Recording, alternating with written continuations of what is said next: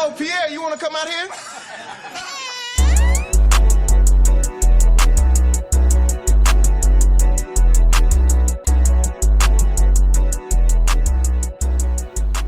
All right, everyone. Welcome back to the newest episode of the pod. I have a heavy hitter with me here today, Mr. Alec Anderson. And as we normally do, I'm going to start by just rifling off a couple quick stats about this guy. He recently wrapped up a Golden Door Summer this past year. That's his first time getting that. He put up over $700,000 in revenue across 891 accounts. He's currently an equity partner in Jacksonville, Florida, and Raleigh, North Carolina, and a new branch that they're opening up in Orlando. So it'll be exciting to see what that team can put up this year. Moreover, his team won the Vantage Cup this past year, which is a huge achievement. They came in second place the year before, and they've won it a few years earlier. And that team did $3 million in revenue for the past 2 years. And they did it with only 20 sales reps, which is a pretty big achievement. It's not so common that we see such great efficiency out of reps, such high PRAs. So we'll tune in to Alec Anderson. Welcome to the pod, Alec. Yeah, thanks for having me. Awesome. It's a pleasure. Well, go ahead. Yeah, no, it's a pleasure to be on here. Absolutely. Well, we want to roll back the clock. We want to go back in time and kind of ask you about what was that first day like? What got you into Vantage out here knocking doors, and what was it like being a rookie? Yeah, so I guess what got me started with door-to-door sales and with the Vantage marketing is a childhood friend, one of my best friends growing up. His brother is actually Adam Villarreal, the owner of Insight Pest Solutions. But he was a good friend, good confidant, and he told me about this great opportunity of going to sell pest control door to door in Charlotte, North Carolina. I was coming off of my mission, and I had just worked a warehouse job where, I was making decent money. I mean, they pay warehouse workers good money, but I just wanted to make more money. I think it's just super important to take advantage of that time when I was in college, take advantage of my summer. I mean, we're not kids anymore. We're adults. And so we had to have big boy bills, big boy decisions. And so for me, it's like, I don't get a summer vacation anymore. I need to work so that I can prepare myself for the future. I can pay for school. I can focus on my studies. I was able to graduate debt-free from college. I as well got my master's degree in business administration, but was able to support myself to be able to pay for school, live a good life, all through door-to-door sales during the summer. But I guess taken back to my first day and I guess my first week is, I mean, it's hard. I think you get punched in the face. I think oftentimes you think you're just going to be able to get out there and just pick it up easily, but no, it definitely takes some repetition. It definitely takes some time. And honestly, it's going to be different for everyone. I obviously saw some other people that were getting sales very quickly, and I think I went 3 or 4 days with bagels. But then finally my manager was able to come and work with me. We were able to get a sale together. And I think for me, just being able to visualize and being able to see a sale go all the way through, it just finally clicked for me. And then at that point I was able to propel, and I was the top rookie in our office that year. I do remember my buddy who was my best friend, his co-manager had a few guys, and I guess they were talking on the side thinking he was saying that his guys were going to be the top rookie in the year for our office. And I think I beat both of those guys combined by the end of the summer. And so it was a sense of pride to be able to go out and perform and show that I was able to do it. And I think that's what propelled me. And as I just kept looking at these other guys, I'm like, if they're able to do it, there's no reason why I can't do it. Like, I'm just as good as them, or if not better. So I just got to make it happen. Yeah, I love that. Some of the most fun we have as managers is talking smack behind the scenes about our guy's going to beat your guy and all that. And that's such a great feeling to watch those guys go out there. But it can be tough watching rookies go out there in the first 2-3 days and just get their teeth kicked in, like you're saying. And so I've noticed a pattern where some of the best reps we have really had that hardship on the first few days. And so you mentioned that it was actually a sales manager that went out there with you and you got to witness that sale. And so was there maybe something that had to change? Was there like an aha moment when you saw this other person close that deal that just flipped the script for you? I think oftentimes it's just being able to visualize and see a sale go all the way through. I think it's an interesting concept at first, right? Like, how do we take them from intro to create a need, meeting the need, close? How do we transition into filling out the contract? And I get you can role play as often as you need. And yeah, you're going to get better by doing that. But we all know, like, getting on the doors is a whole different ballgame. Like, you can role play as much. It's a different door, but you have to do that preparation before, or that new door when you're actually on the real door, like, it's going to be a lot tougher. And so I think just for me, just being able to see it, actually visualize it, I guess have confidence that it actually works and you can make sales was huge for me. Like, I think that was just the difference at that point. Was I now had belief and confidence that you can get a sale, and like I actually saw one. And so having belief, having confidence, and now exudes from you, and now you're more confident on the doors. And I'm a huge believer of people are going to mirror you. So if you're confident on the door, then they're going to be confident in buying from you. If you're shaky or your sketch or whatever, then guess what? They're going to feel unconfident. They're going to feel shaky in buying from you. And so I'm just a firm believer in that. And I think that that's what the difference came from, is just the belief and confidence that the process works. Yes, sir. And after that moment, was it just, you're just rolling in this maybe flow state, you might want to call it, for the rest of the summer? Or did you have this other crisis of meaning or sales slump or something that you had to get through later on? I mean, I was able to still be very consistent at that point. Obviously, I think as first years, you do kind of fluctuate, right? You do have your ups and downs because it is a lot of unknown of what the summer is going to entail.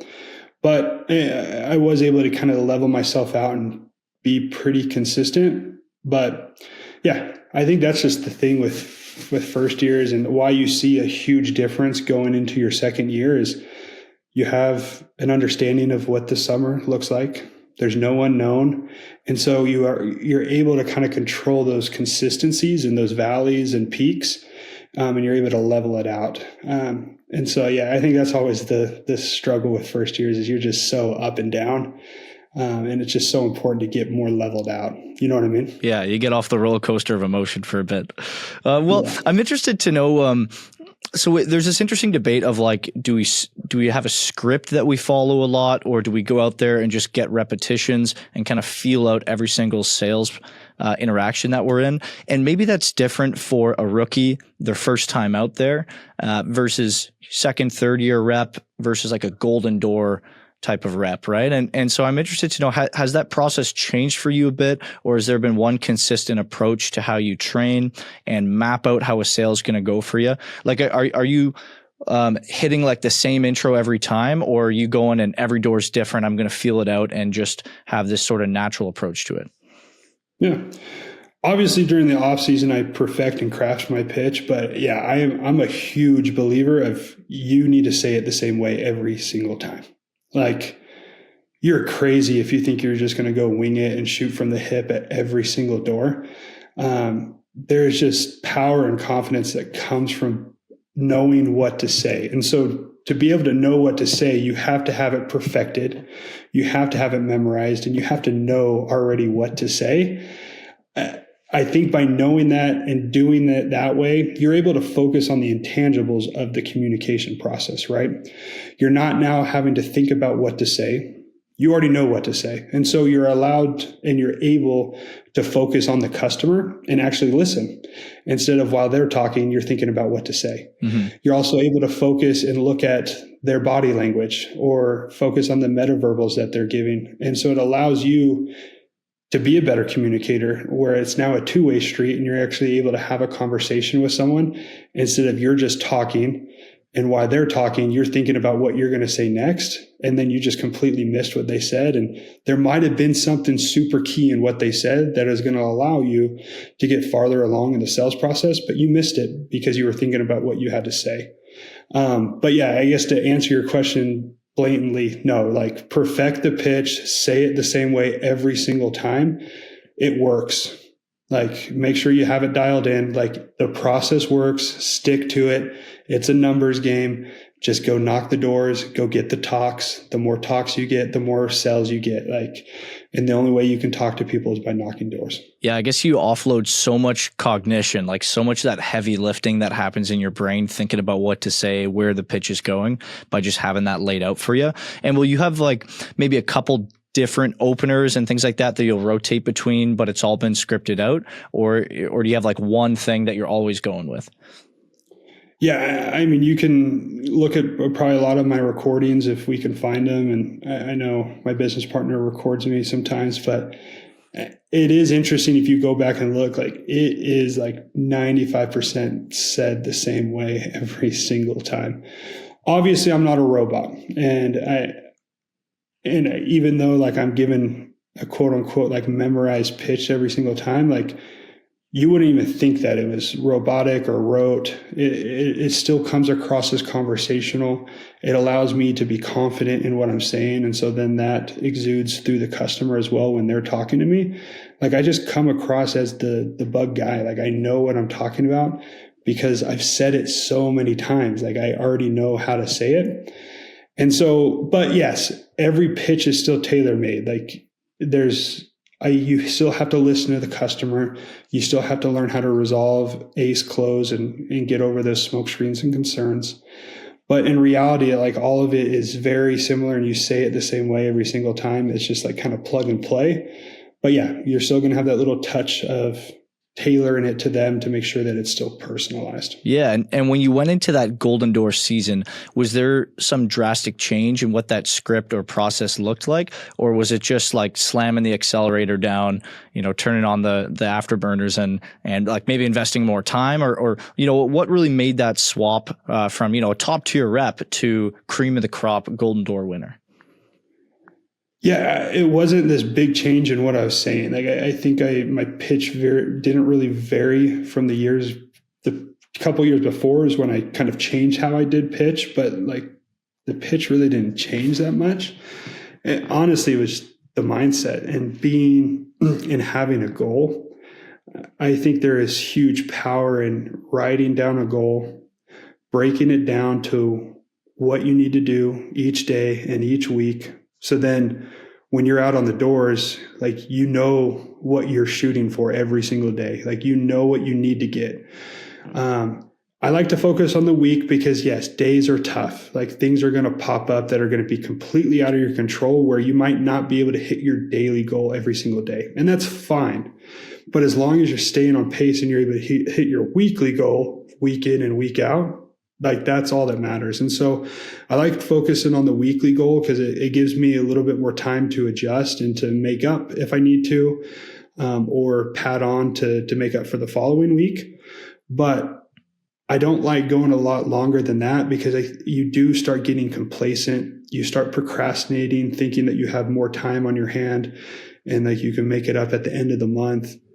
Like we already know that that's not going to happen. And then like you're going to run out of time and then it's just impossible to hit your goal. And I think that's the same a lot of times with the summer goals that we make. I think we just make an arbitrary summer goal and we haven't broken it down. We don't really have a plan or an action to take place to hit that goal. And then so what happens is we get closer to the end of the summer and we think we had more time and we just didn't capitalize on the time that we had before. And it's just almost too late. It's just impossible at that point to hit your goal. And so, like I said, that's why I think it's so important to have a defined goal, have a timeline on when you're going to hit it, and then break that goal down to what you need to do each day and each week. So then you're able to focus on that.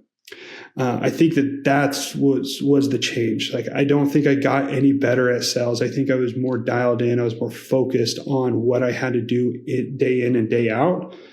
instead of just going out and hoping for a good day and just knocking doors and what comes, I was able to change that mindset of being like a fisherman before, where it's just like, hey, I got a line in the water. If fish bite, they bite. If they don't, they don't. At least I was trying. Like, I was able to change the mindset of, no, like I'm a hunter. Like I need to go out and seek these sales. I need to go find them because I have to hit this revenue. Like I have to hit this many accounts today. And so it wasn't just go out and go through the motions and hope for the best. It was, no, I need to go be the best. Like I need to go do my best, and I need to go seek and hunt these sales so then I can hit my goal. I think that just is the change that needs to happen in the mindset. And I know it sounds so like easy to do, and it's just like, who doesn't do that? I've met with thousands of reps. Like they don't do that. Like get dialed in and like do those things. It really does make a huge difference if you can do that. So be really intentional with those goals, then break it up, maybe not so much per day, but definitely on a weekly basis, chunk up the summer goal. And so on the topic of being like really intentional about this stuff, if I'm going into maybe a second summer or I want to improve my pitch, is there, if we can go into it, like we can dissect this thing and take a scalpel to it, how am I going about improving my pitch? Like, do you get a whiteboard and you write out, okay, this is my intro, and then I'm expecting these 3 different questions, and I'll do these scripts there? Or you take in, this is my response to that objection, and this is the way I explain this scope of service, and I just have those in my back pocket. I can throw them out as they come up. Like, what's really that workshop, that process of making that pitch better? Yeah. I think for me, it's leaning on guys that are successful. They're doing something that is good. And so like gravitate towards them, get with your managers, get with your regionals, have them listen to your pitch and help critique. So then you can take back that feedback, and then you can continue to think about it, add it to your pitch, so then you can move forward. Another thing that I think is super important is tape yourself, video yourself, talking in the mirror. Like you are going to be probably your biggest critique. Like you don't need a manager to point out that you're stuttering. You don't need a manager to be like, yeah, that doesn't sound right. Or you don't need a manager to say, yeah, you're talking too fast. Like you're smart enough to pick that up yourself. And so you can have huge power in there's huge power in self-reflection and looking at your own video, your own recordings, and dialing that in and fixing that. But then, like sit there and think and have self-reflection of what were some of my biggest concerns? Like, how did I do with switchovers? How did I do with do-it-yourselfers? And figure out what was successful when you were able to overcome it, and then just kind of make that happen every single time. And then run it by people who are successful and like who are producing at a high level, get their feedback. So then you can continue to fine tune it. So then you get it to where you need to now, instead of wasting time when you're out on the doors, like during the summer. Like take the time now to start doing that. Like time's money. Like you only have a certain amount of time when you're out on the doors. Like don't waste time like trying to figure it out then. Like take the 15, 30 minutes or maybe 2-3 hours a week that maybe it might take. And that's like a max. Like now, why we have the time and we're not wasting time or potential doors, get it figured out now. Do you have a specific tonality or cadence or like persona that you're trying to portray out there? Like, is there like maybe a certain pattern of speaking or something that you're trying to replicate at every door? Yeah, I just want my conversation with a customer to come across natural. Like I don't want to be a sales guy. I just want to be the bug guy that's stopping by. And I don't want them to feel like I'm the sham wow guy and I'm talking super loud and fast. Like I just want to keep it like I'm talking to a normal person. Like so like friendly, nonchalant type thing. Yeah. If you can get to the point that your conversation when you're in your pitch just sounds like the same conversation that you're having with your homies or your friends, like that is what comes across as natural. That allows you to have the customer's walls go down because it does come across as authentic. It comes across more friendly. It doesn't come across as a rote presentation or salesy. It just sounds like a conversation. We're talking about bugs and I'm asking you to buy. Like, I know that sounds so simple, but you just want to make sure you can come across and sound like you're having a conversation. So how do we mix in closes into that? Maybe soft closes or hard closes. How do we get those to sound really natural and not forced or pushy? Yeah. I think the big thing with the soft closes is, you need to have conversation questions to make it a conversation. It can't just be you word vomiting and over talking. You have to engage the customer, or their eyes are going to glaze over or they're going to tune out to what you're saying. And so, ask those little soft closes to keep them engaged. I think that's the purpose of soft closes is, hey, do you have the spiders just up here in the front or in the back? Do I care what they say? No, I don't care whether they have them in the front or the back, but it's a simple question that's not going to shoot me in the foot, right? Like I said, hey, do you have spiders in the front or the back? There's only two answers you can give, front or back, but it benefits me either way. But it keeps them engaged in my conversation, right? Or, hey, is this a 1-story or a 2-story house? We know it's a 1-story or 2-story house. We're standing on their porch. Or, hey, do you have 2 or 3 baths in the house? Like, those are simple questions to ask to keep the customer engaged without just talking at them the whole time. Like, we're talking with them. Like, we're having a conversation. And so make it a conversation. Ask questions. Allow them to respond. That's the purpose of the soft closes. But then, hard closes are important. And they have to be smooth transitions to the hard close. I think oftentimes we're too scared to close and we start over talking or we start over explaining. And then honestly, what happens is we're probably talking ourselves out of a sale. Mm-hmm. Trust the sales cycle, trust that process. When it's time to close, confidently transition into the close and close.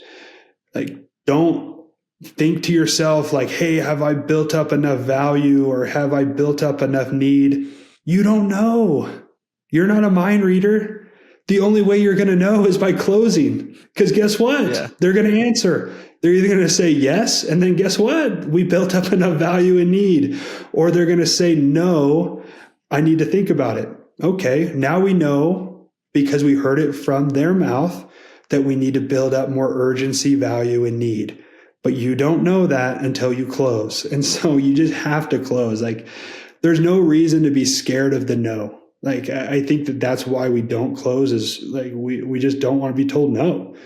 But there shouldn't be anything wrong with being told no, because what happens is it actually brings out the true concerns and this the things that we need to focus on when we further ourselves along the sales cycle. Or we're getting so many hard no's that we're able to just cut bait and move on to the next door instead of wasting so much time talking to a non-buyer. Yeah, that's huge. The only way you're going to know if someone is a buyer or not is by closing. And so you have to do it. Don't talk around it or avoid it.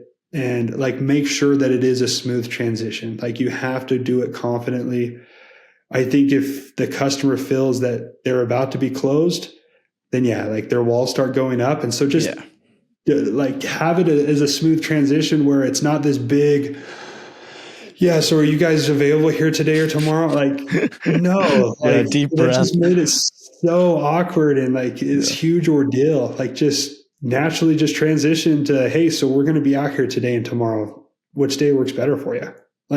Just hit them with it. Sometimes I think they're so caught off guard on what just happened that they just say tomorrow and we just start filling out the agreement. And so that's just my take on it all. You need to implement the soft closes because it allows you to engage the customer in the conversation, and you have to hard close. It's part of the sales cycle for a reason. Don't avoid it. And because no one is going to ask you for the sale. I've done this for 10 plus years now. I think I could probably count on one hand where someone has asked me to buy pest control. Like, It just dude, doesn't stop happen. talking. You got me. Just get out the paperwork. Let's get it over with. Yeah, like Yeah, the ultimate it laydown. just doesn't happen. You have to ask them for the sale. And so that's the only way you're going to get the sale. And that's the purpose why we're knocking doors, is to get sales. Do you have any specific closing patterns you really like to rely on? Like, I know we have the basic, morning, afternoon, Thursday, Friday type thing, but do you have any other ones maybe people can research or try to include into their pitch? Honestly, I'm basic. I just do those option closes, and I just kind of funnel them down, right? It starts off with, hey, are you here today or tomorrow?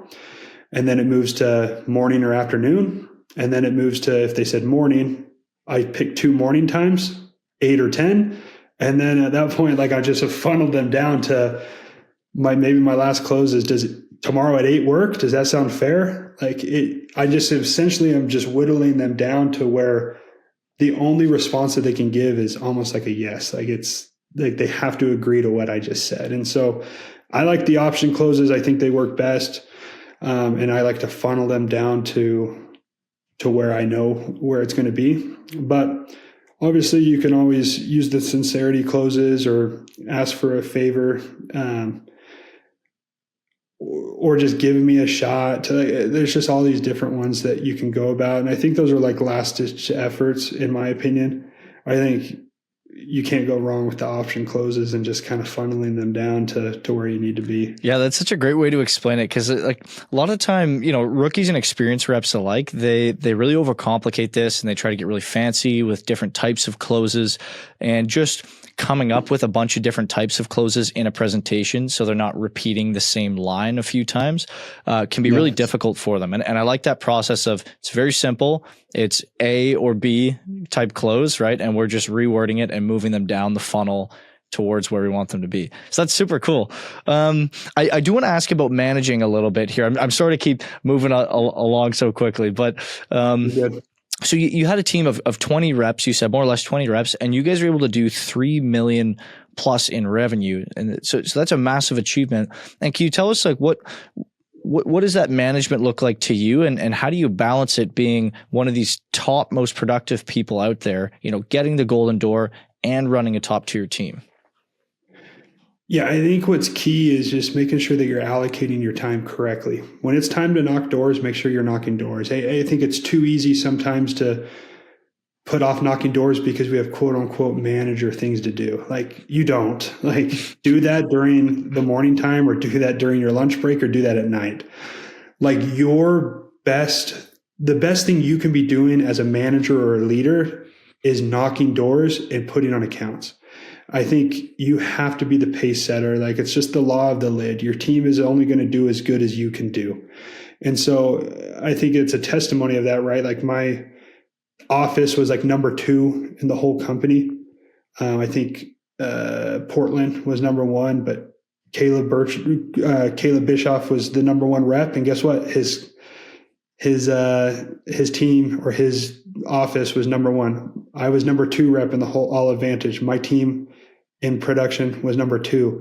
And I think that's just what it goes from. You're only going to go as far as your leader goes. And so you have to be the pace setter. You have to be able to put on accounts, because it just raises the tide, raises the standard, and it just makes everyone better. And so that is your biggest thing that you have to do. You're not, how do I want to say it? You're not giving your sales reps the proper expectations, or you're not doing them the right thing as a manager if you're not doing everything you can. Go out and sell at a high level. That's going to give your reps the best quality experience, because now they can feel confident that they can sell at a high level because they can see their manager doing it. Yes, sir. And so just in the last 2 minutes here, what are some words of advice for people coming out here for another summer, whether they're a rookie, experienced rep, manager, or otherwise? What are some words of wisdom to them? What's your message to those people?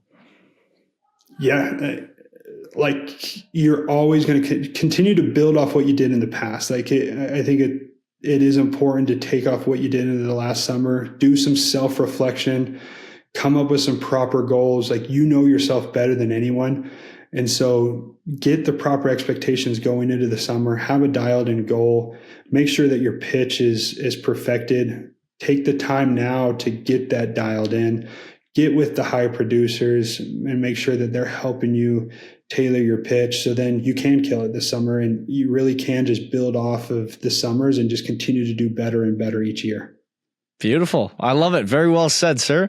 Well, thank you so much for taking the time to come on the podcast here, Alec. I know we do these super quick, so we'll have to have you back sometime, maybe this summer. And so thank you so much. And I hope you have an awesome rest of your day, man. Sounds good. Thanks.